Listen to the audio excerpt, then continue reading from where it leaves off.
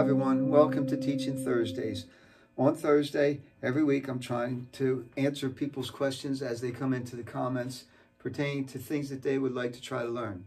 The first person who wrote in said this: I need help switching fretboard positions, staying in key playing lead riffs in between rhythm parts. It's kind of three things there. So I'm doing the first one, just switching fretboard positions.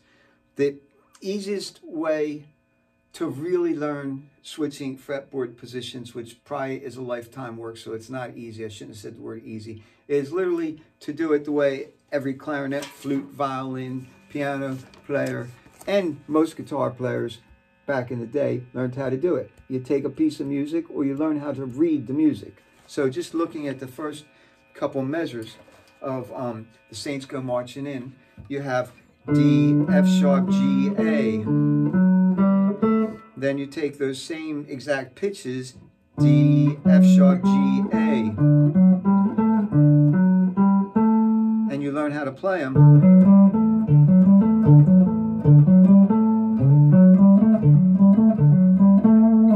Or you take the octaves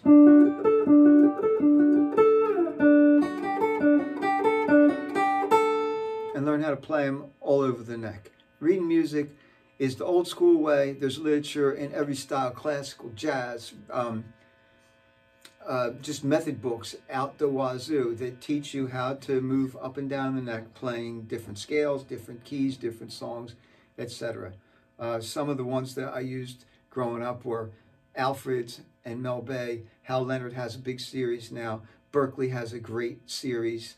Musicians Institute.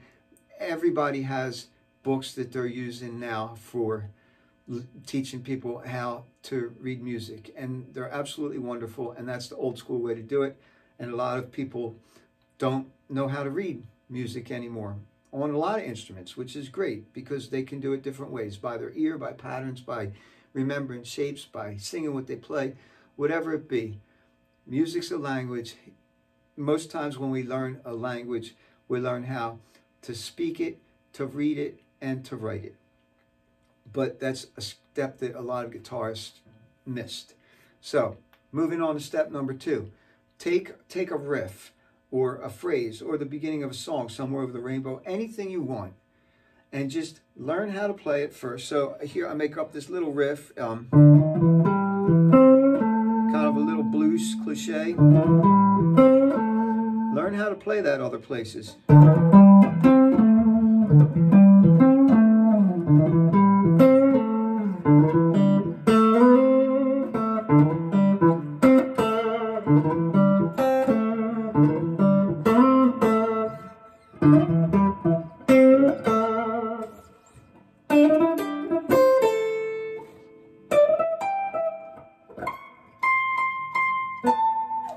Couldn't see it.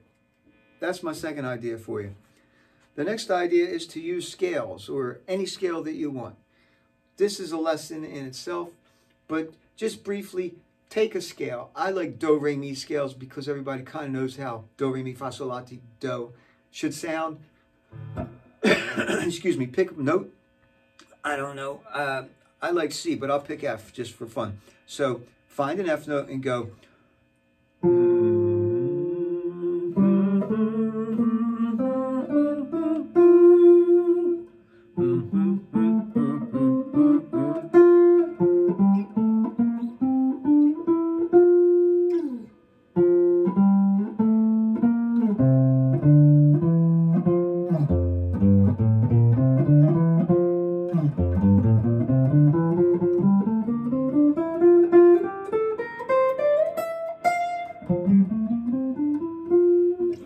Find that all over the neck. Find those same notes, because when you do it, you're going to be seeing how they kind of intertwine and intermesh. I'll make that a lesson in itself, how to connect scales systematically, because there's tons of different limits, so to speak, to do that. The last thing that I think is huge, important to let you see how the neck is connected, is to understand what a triad is, first of all. Like if we just start with an open A chord, there's only 3 notes in the middle of that. If you can learn how to move them both across the fretboard at any given position that you have one of these triads, and up and down the same set of strings, you're going to see how that A connects all over the place on the fretboard. So here's an example of up and down the strings. We have A here.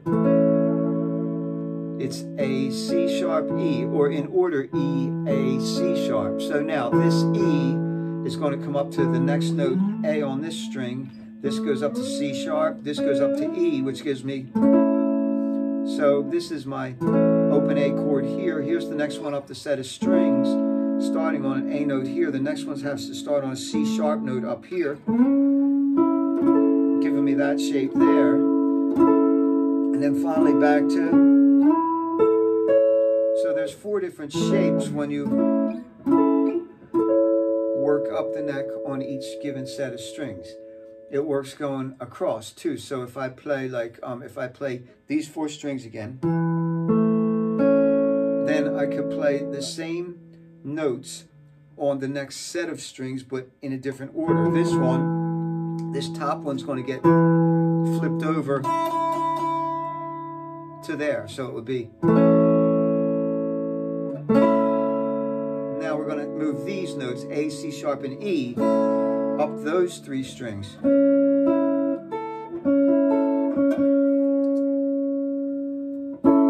And then these go to...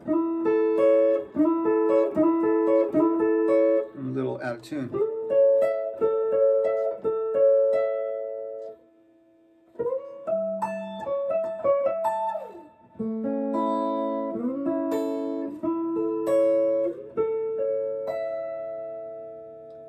I hope that helps give you some idea how to begin to work on navigating the fretboard up and down.